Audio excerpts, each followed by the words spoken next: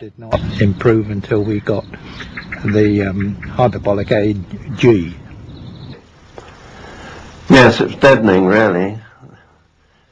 You knew that you were perhaps close to the target because you navigated as best you could, but you knew that within 5 miles or so you're hopeless.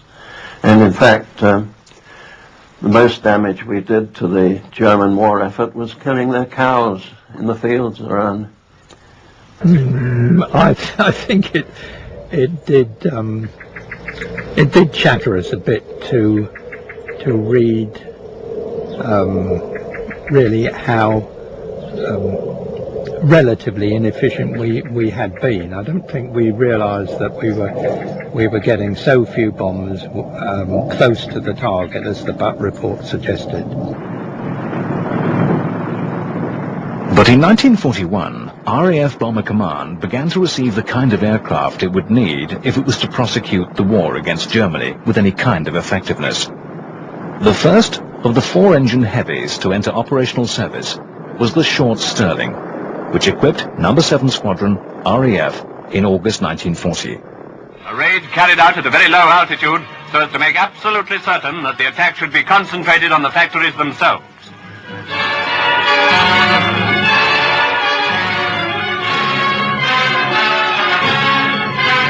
The type was not a success in the bombing role because of its small and therefore overloaded wing, which had been designed to fit between the maximum door opening of the standard British hangar.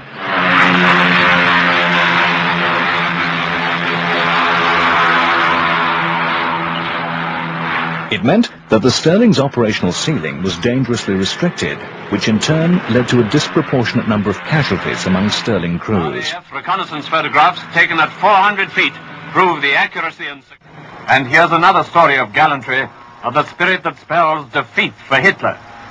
The crew of that Stirling is being told that it's the gift of Lady McRobert, who has lost her 3 airman sons. Now, she'd lost 3 sons, and you would have thought a mother would be destroyed by that. Not Lady McRobert. What she did, she sent a cheque for £25,000 to Sir Archibald Sinclair, who was the Secretary of State for Air, and she told him to buy a Stirling bomber with it, and to send it to her son's squadron, 15 Squadron, and it was to be called McRobert's Reply. They still have, by the way, an aircraft in 15 Squadron called McDonald's Reply. She said, if I had 10 sons, I know they would all have followed the path of duty, and may the blows you strike with her bring us nearer to victory, which I find very affecting. Fulfilling the donor's wish on operational flights over Germany, teaching a barbarian race that no sacrifice is too big a price to pay for freedom. McRobert's reply is Britain's reply. The Stirling later became an invaluable glider tug and transport for paratroops.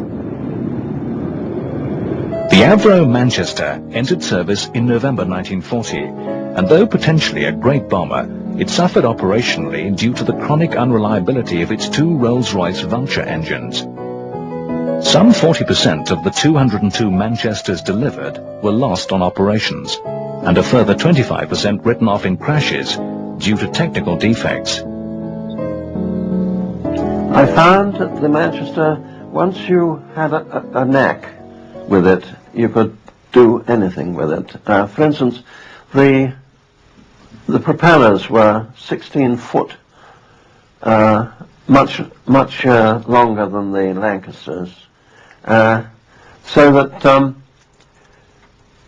you could leave a trickle of engine on the Manchester, just a slightly faster revs than tick over, and it would fly rather like an old Anson. And when you'd reach the point on the landing run, when you wanted to touch down, just knocking the throttles back and she'd just drop down on there. And even before the Manchester entered service, Avro's designers were hard at work seeking an alternative to the mistrusted Vulture engine. They eventually proposed a design powered by 4 Rolls-Royce Merlin engines, to be known as the Manchester 3. This proposed variant later became the legendary Avro Lancaster.